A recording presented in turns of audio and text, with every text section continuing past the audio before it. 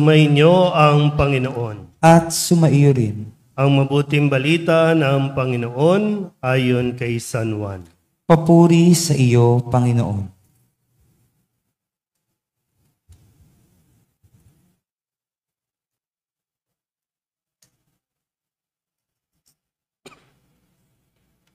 Noong panahong iyon, tumawid si Jesus sa ibayo ng lawa ng Galilea na tinatawag ding Lawa ng Tiberias.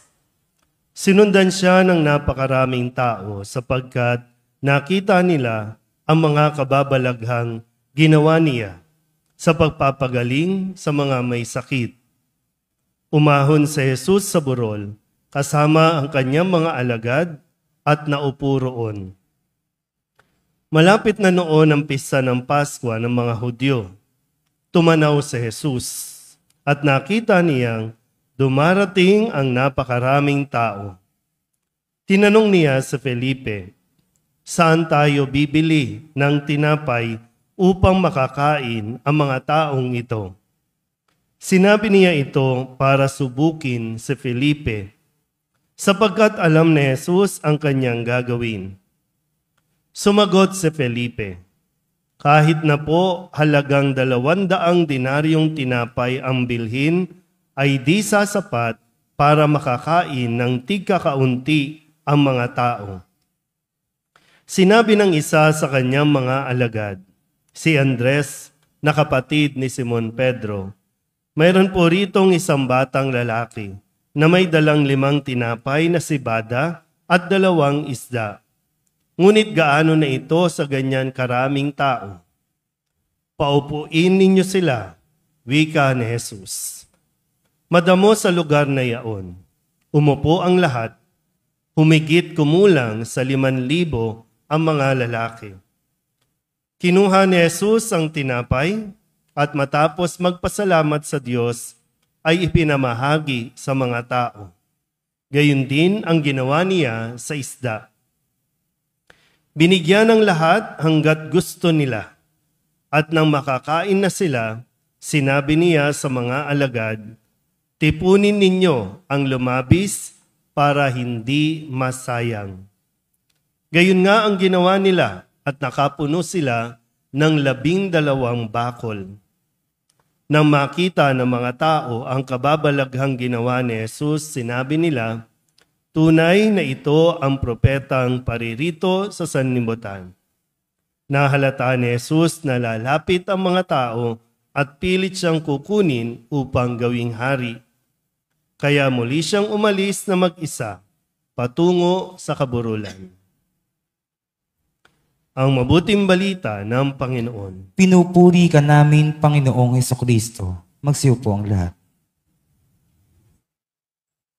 Isang magandang umaga po sa inyong lahat. Tayo po ay nasa 17 linggo sa karaniwang panahon. Pakibati muna ang inyong mga katabi. Happy Grandparents' Day. Mga lolo at mga lola o mga nakakatanda. No? Kasi may mga tumanda na hindi naman lolo o lola, mga matatandang binata, matatandang dalaga. Pero nawa sa pagdiriwang nating ding ito ay mapaalalahanan ang mga lolo't lola na sana po tumanda kayo at tumatanda kayo na masaya. Tumatanda kayo na maaliwalas ang mga mukha at lagi pong mayroong matututunan sa inyo.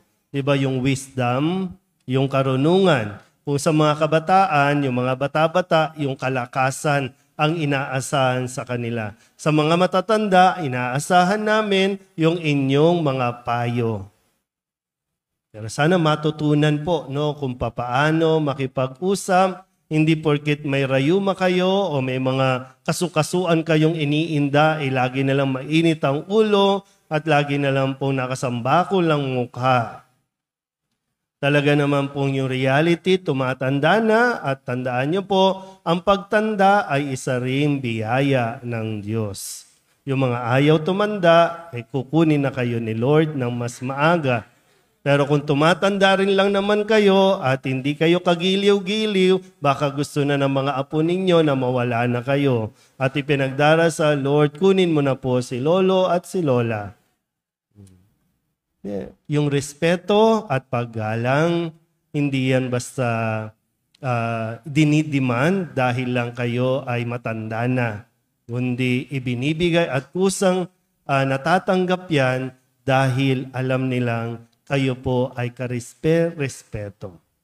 Kaya ang simbahan natin ay nagdiriwang nito para mapaalalahanan ang mga nakakatanda natin, lalo tigit habang may buhay pa kayo, may pananagutan pa kayo, at sikapin na magabayan ang inyong mga anak, mga apo, o kung sino man na mailapit pa ninyo sa Diyos. Kaya napakahalaga po na matuto tayo lagi sa mga aral ni Jesus at kung paano tayo mamumuhay.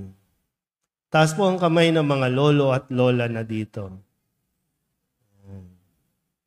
Pahingin pera. Diba, mayroon po kayong maibibigay, hindi lang pera at wag lang nawang pera. No? Kung meron natutunan kay Jesus at may ibinigay sa inyo si Jesus, ibig sabihin, mayroon pa kayong maibibigay, hindi porket matanda na. Ha? Pero kung pensyonado na kayo, yan, mahirap yung dahil sa pensyon, kaya lumalapit sa inyo ang inyong mga mag-anak. Pero sana po, hindi dahil doon, kundi dahil sa inyong mga karunungan. Sabihin nyo nga sa mga lolo at lola na katabi ninyo, huwag ka namang masimangot. Bihira. Mas matindi ka pa sa bagyo, di ba? Yung weather, tinatalo mo yung weather di ba? Okay. Balikan natin ang ating pong mga pagbasa na ibinigay sa atin ngayon at patuloy natin itong pagnilayan. Sa ating ebanghelyo, narinig natin na kinausap ni Jesus ang kanyang mga alagad kasi nag-aalala si Jesus doon sa napakaraming tao na sumusunod sa kanila. Napakaraming tao. Imagine niyo na lang po, sabi nga, 5,000 ang mga lalaki. Wala pa yung mga bata, wala pa yung mga babae. So higit 5,000 katao ang nakita niya at pinagmasdan niya. At isa sa pinaka-basic na pangangailangan, pagkain. Magugutom sila. Gusto niyang pakainin itong mga ito. Sa yung bato, pwede niyang gawin tinapay yan Pero kinausap niya ang kanyang mga alagad. Dahil eventually, itong mga alagad na ito ay ipagkakatiwala niya ang mga taong ito. So kailangan matuto ng mga alagad kung paano mag-manage ng tao, kung paano tingnan ang pangangailangan at matugunan ang pangangailangan ng mga tao. Kaya tingnan po natin yung dalawang reaksyon na kadalasan ay nagiging reaksyon din natin. Maraming tao, ibig sabihin, maraming pangangailangan. Pero kung sa unang pagbasa sa Aklat ng Mga Hari, kinakailangan ng lubos na pagtitiwala sa Diyos. Kasi ang sabi dito, hindi po magkakasya, kukulangin tayo. Pero ang sabi, sige lang, ipamigay nyo, ipamahagi ninyo. Ano nangyari? Kumain ang lahat. Napakain ang lahat. Nagduda, may pagdududa, o may takot, hindi ko alam, ipasok na lang kayo sa kwento para kayo mismo maka-identify ano ba yung dahilan? Bakit nahihirapang magbigay? Sabi sa Ebanghelyo, tinanong ni Jesus si Felipe, saan tayo makakabili ng tinapay? Saan tayo makakabili ng tinapay? Pero ang sagot ni Felipe, kahit 200 dinaryong tinapay, hindi magkakasya para mapakain ng mga ito. Sige nga po yung dialogue ni Felipe. Kung kayo yung magsasabi, ano yung damdamin na nandiyan dyan? Hindi magkakasya, di ba? Kahit 200 dinaryong tinapay ang bilhin, hindi sasapat. Kahit tigkakaunti, hindi daw sasapat. So, ibig sabihin, wag na lang. Wag na tayo magpakain kasi hindi rin naman makakakain ng lahat. Kayo ba? Anong pakiramdam ninyo? Sabi dito kasi, alam naman ni Jesus yung gagawin niya. Alam niya na. Tinatanong lang paano. Di ba? Yung reaction kasi, di ba? No? Lagi na lang kulang. Lagi na lang hindi sapat. Kung hindi man sapat, ang lagi natin sinasabi, wala. Wala, wala, wala. Pero kasinungalingan yung wala. Kasi meron. Nangihinayang lang tayo.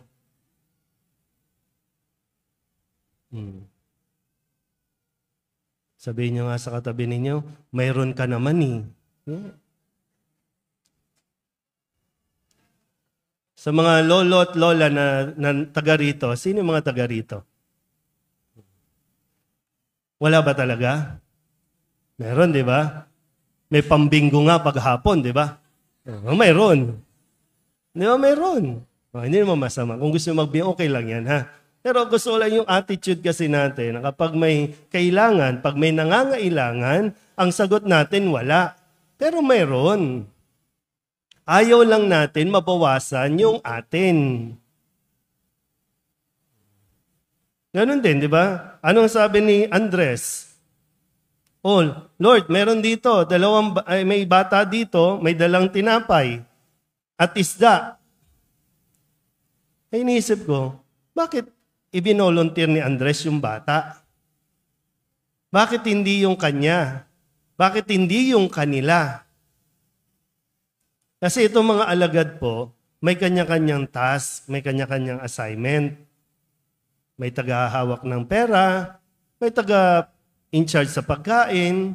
So bakit si Andres lumapit, pabida, di ba no? Pabida. Eto, meron akong dala, bata, may dalang tinapay at 2 isda. Pero Andres, common sense naman, sasabihin mo pa, paano sasapat yan para sa napakaraming common sense, hindi naman talaga sasapat yun. Pero yung attitude na bakit kailangan mong i-volunteer yung iba? Bakit hindi yung sayo? Di ba? Pag may lumalapit, di ba? Pag may lumalapit, tumihingi ng tulong, o yung mga lolo't lola, lalapit sa iyo, hihingi sa iyo. Ay, si ganito na lang. Ay, si tita, o si ganito. Bakit hindi ikaw? Makikita niyo ng problema. Di ba? Sabi sa Salmon Tugunan, ano ba sinabi dito? Pinakakain mong tunay kaming lahat o may kapal. Ibig sabihin, sobra-sobra ang biyaya ng Diyos sa bawat araw. Yung atin nga lang, minsan, sinasayang nga natin, di ba? O, yung mga kabataan, papakainin mo, hindi uubusin, sayang ang biyaya. May pagkain, mag-iinarte, ayaw. Kayo, di ba? Ang sarap niyong pektusan, di ba? No? Ang hilig-hilig niyo sa buffet. Kuha kayo ng kuha. Hindi niyo naman kayang ubusin. Itatapon na lang. Sayang ang biyaya. So wala ba talaga? Kaya alam niyo yung bagyong dumarating, aral talaga sa atin yan eh. Normal na magkabagyo at inahayaan ng Diyos na maranasan natin yung bagyo para mapalitaw din sa atin nawa kung paano tayo kikilos.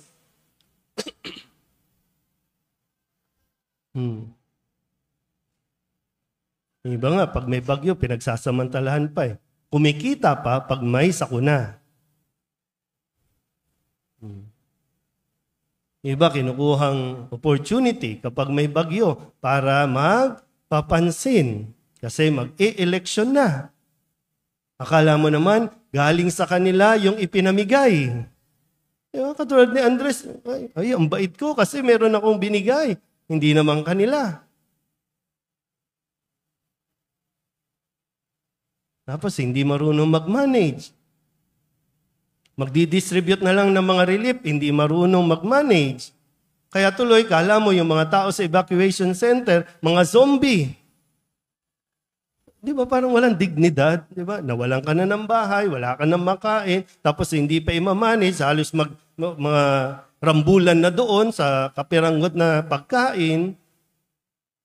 Wala tuloy, nasasayang tuloy. Di ba? Minsan yung mga bigas natatapon. Kung may pagkain man, nando doon. So, hindi nagkukulang ang Diyos. Yung problema lang talaga natin, yung ating mga ugali na mga pagiging makasarili. Kaya panawagan ni San Pablo sa ikalawang pagbasa, nawa matuto tayo makiisa, makipagkaisa. Katulad ni Kristo, nakiisa sa atin. At siya kahit na nasa bilangguan, nakikiisa pa rin. Yun yung kailangan natin. Salamat na lang talaga dahil mayroon talagang naninindigan na pagpanahon ng sakuna, yung genuine na hinahangad na makatulong. Unang iniisip yung makatulong. At hindi yung para sila ay matulungan maging sikat. Lalo pa na lahat may social media.